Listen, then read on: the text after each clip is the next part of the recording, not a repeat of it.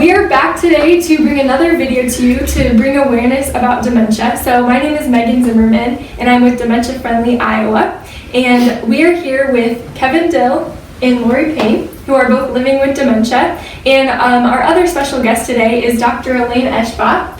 Dr. Elaine Eschbach is from the University of Northern Iowa and is a professor of gerontology.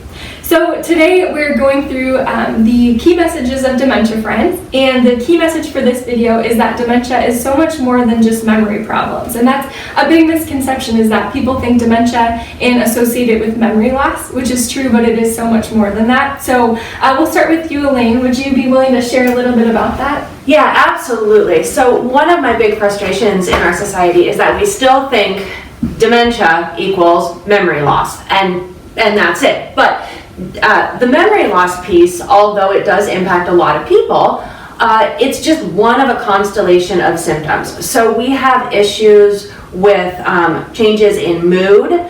We have issues, lack of judgment, issues with movement and gait and balance, a lot of sleep issues. I know a lot of individuals who, looking back, they were diagnosed with depression or anxiety, and later on realized that those were the first symptoms of their dementia. So when we see a lot of changes in older adulthood, or even, it doesn't have to be someone who's older, and they're just not making sense, sometimes those are the first signs of dementia, but people really aren't aware of that it could be something other than memory loss that you see first if someone does have Alzheimer's or a related dementia. Mm-hmm. Yeah, thank you so much for sharing about that, Elaine, because it is a huge misconception. So now I'm going to turn to Kevin and Lori, and I was hoping you could share a little bit about how dementia affects your everyday life. Okay. So Lewy body dementia for me is my short-term memory loss is gone, but my long-term I have from days of old. But I have hallucinations. I have horrible sleep. My dreams are real. I mean, real. To me, they're real life, and I act them out in my sleep, or I act them out when I wake up. I have episodes of psychosis. I don't know what that means, psychosis. For me to jump in there, so Yeah. psychosis would be a break in reality. Mm-hmm. So psychosis is not connecting with the world that's around you. So you might do something that could potentially harm yourself or harm other people, which is why it's scary. And I will, if it's okay, if I want to comment on one other thing you said, because it's really important, Kevin. The type of dementia that he has, Lewy body, it's very common for people to have issues in sleep. And what he's describing is very common, and it's horrifying for the person experiencing it. It's horrifying. Mm-hmm. And one thing I will say about the sleep is we have something called sleep paralysis. And sleep paralysis sounds like a bad thing, but it's actually a good thing. And it is what keeps you from having a nightmare and getting up and grabbing a knife or finding the gun in your house or wandering over and banging on your neighbor's windows because you have a dream that is so real.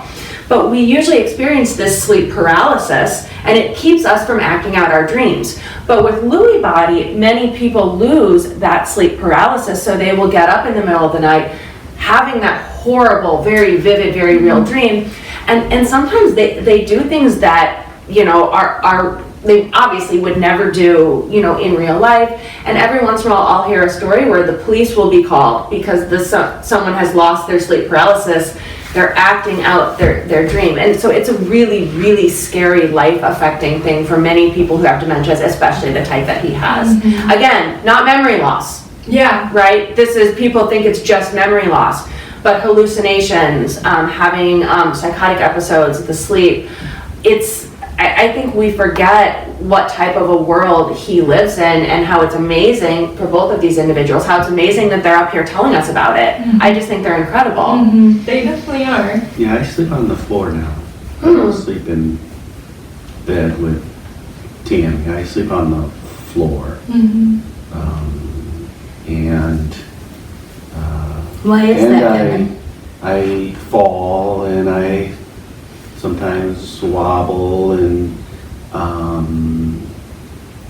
some days I know who people are and some days I don't. Some days I think that my family are not my real family, that they've kidnapped me, and my real family is somewhere else, and they're trying to brainwash me and change me into their family. And so yeah, I have issues with memory, but Lewy body dementia is more not insane. There are parts of my brain that get attacked each day, to where some days I don't know how to speak, some days I can't remember to swallow, some days I can't remember who Tammy is, some days I can't remember how to walk or go to the bathroom, and then some days I'm perfectly normal. That has to be pretty scary for you sometimes. Yeah, it's scary for me, but it's probably scary for the people around, because of people that don't know me. Tammy has to feel like she has to apologize to them that, he's not crazy, he has Lewy body dementia. Well, and it bothers me that you would feel an apology is necessary, because you have a disease and you are doing the best you can, and honestly, you are doing amazing. Because I think, Kevin, about what you go through and how terrifying some of this is, and then some days I'll be sitting at work and I'll be having what I think is a bad day, and I'll get a Facebook message from you that says, "Hi Elaine, miss you, hope I get to see you soon." So for you to be able to still bring that joy to other people despite all you're experiencing, I just think it's incredible. And I don't think you or Tammy need to apologize for anything. I think, Not at all. maybe there's a point where it's helpful for her to explain that to someone and say that you do have dementia, but no apology necessary. And you should have no shame or no embarrassment. That's one of my biggest issues with this, is we still have a stigma, and you are helping so much in trying to get people in the society past that stigma. So, wanted to ask you, Lori, how does dementia affect you every day? What kind of things do you see? Well, I mean, I can still do everything, and I can remember things, but I do lose my coffee like 14 times a day, and I have to search around the house, but I always say it gives me some exercise. I get some exercise. I guess. And I know that's so annoying for some people, because I'm always so positive, and it can really irritate some people. But that's just me, and that's the way it's gonna be. Yes. No apology necessary. I love it. That is just you. That is amazing. Dementia or not, you are who you are. Yeah, I love well, it. we all are, you know? Yes. I love your spirit. That is really true. Thanks, Yeah. Lori. Let's high five, Kevin. We're rock stars. It's true. You two are just amazing, so thank you for sharing everything. You're amazing too. You do all of this, Well, sweetheart. thank you, Lori. See, Lori is just one of the biggest cheerleaders. We're so grateful for her. Well, was there anything else either of you wanted to share about how dementia is more than just memory loss? Or Elaine, if you have something to add? Go ahead. I don't really have anything. I mean, life is good. I do the best that I can. Once in a while I screw up, but I'm still able to cook and to drive. Not too far, just right around Cedar Falls. I don't like those roundabouts. Those are very controversial. They are. They are Yes. awful. They are not dementia friendly. That's true. I'm telling you right now, it's not. How do you feel about the roundabouts? I don't drive anymore, I'm not allowed to. Those things are awful. I don't. Driving. I don't drive, But to me, how dementia affects me is I don't have a concept of time anymore. We can drive for 10 hours, but my mind says it was 5 minutes. So it doesn't bother, I don't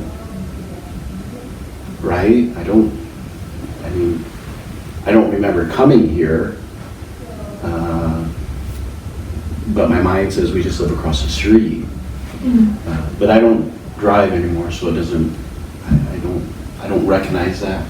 That's difficult for the going around the circle. I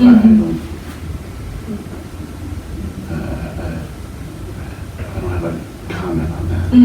Yeah, well, that makes sense. But I know for how dementia affects me, how it affects Tammy is because everything is just 5 minutes away by car, and it's not. And it drives. I know that it upsets her that I want to go all over the country all the time because in my mind, well, it's just across the street. What's the problem? Right. Honestly, what's the problem? Why can't we drive to California tomorrow? It's 5 minutes away. What's the problem? And she tries to explain to me that it's not, it's days away. But I don't understand that concept anymore. It's not, it's 5 minutes away, let's get in the car, let's go. And then I get upset. And I get agitated because I can't go to San Diego tomorrow to see the ocean. And I don't get that. It's just right across the street. What's the big deal? But I have a question for you, Kevin. I know you've done a lot of traveling recently because I've seen your journeys on Facebook and you've been quite a few places. Can you talk about some of the challenges of traveling that are related to your dementia? yeah, depends. I know that we were somewhere and we came home because the hotel was scary to me. There was something about that place. It wasn't, I didn't recognize it, and it was scary. There was something wrong there. And so we had to come home right away, right? And it's too much sometimes. There's too much stimuli. There's just too much I don't recognize, and it freaks me out, and I get angry, right? That must be very challenging to have to process all of that. Yeah, I use profanity, and I become very angry, and I understand that's not I'm a nice person, everybody tells me. But You are. I get angry. It just angers me. One of the things I think about dementia, not just being about memory problems, is we don't realize the dementia brain is working really hard. Your brain has to work really hard. So sometimes we might look at Kevin and he's kind of staring off and we think, he's zoned out, he doesn't know what's going on. But his brain is working really hard to interpret everything that's happening in this room right now, to process my voice, to process everything. And the dementia brain, because it works so hard all the time, gets really tired. So I think that's probably what happened with your brain. While you're traveling, you're interpreting so many different stimuli, and your brain was working really hard. And what do we do all of us, when our brains get tired? It's overload, and we either shut down or we act out. So the way I explain it to my students is, think about a day where you have to take the GREs or the ACTs, you have to take a big test, and you're trying to focus, and then afterwards, your brain is tired. What do you want to do? You're either kind of angry, or maybe you just like pull back and you don't have the energy to interact. But his brain is like that all the time because it just has to work so much harder because of the changes that are happening. So, that's one of the things, I give these two credit, that things are more challenging for them, and they're doing them, and they're doing them quite well. And I get headaches now. Yes. I get headaches that I never used to get, and it is frustrating because I don't really understand the concept of money. And if somebody says, "Hey, can I borrow $5,000?" Well, of course you can. Why can't you? Why can't we give that person $5,000? What is that? Sure, write them a check. And then Tammy says, you can't do that. Why can't I do that? they need it when I give it to them. Because I don't understand that $5,000 is not $5, right? It's not that. Yeah. So, but at the end of the day, though, I get headaches because it's just too much. Yeah, your brain is working so hard. It's too much. Right. As you can see, dementia is so much more than memory loss. It affects all parts of the brain and affects all parts of daily life. And so we just appreciate you sharing that. Anything else you wanted to add, Elaine? No, just, just thinking about these two individuals and other individuals I know who are living with dementia, who get up every day and they have a lot of challenges and they just keep going. And I love you both, and I think you're fantastic, and I give you all the credit in the world for being able to share your story because it helps. I teach college students, no matter what I say, it is never going to be as impactful as the messages that you have. That is so true. Thank you. Just be kind. That's all. Yep, Just be kind. Very simple. Just be Yes. kind. kind and loving. My mom always said, I want you to be kind and loving and gentle. And you are. Well, sometimes. Not always gentle, maybe not always gentle. Thank you again for watching our video today, and stay tuned for our next video we will be releasing with Kevin, Lori, and Elaine to talk more about dementia and raise awareness.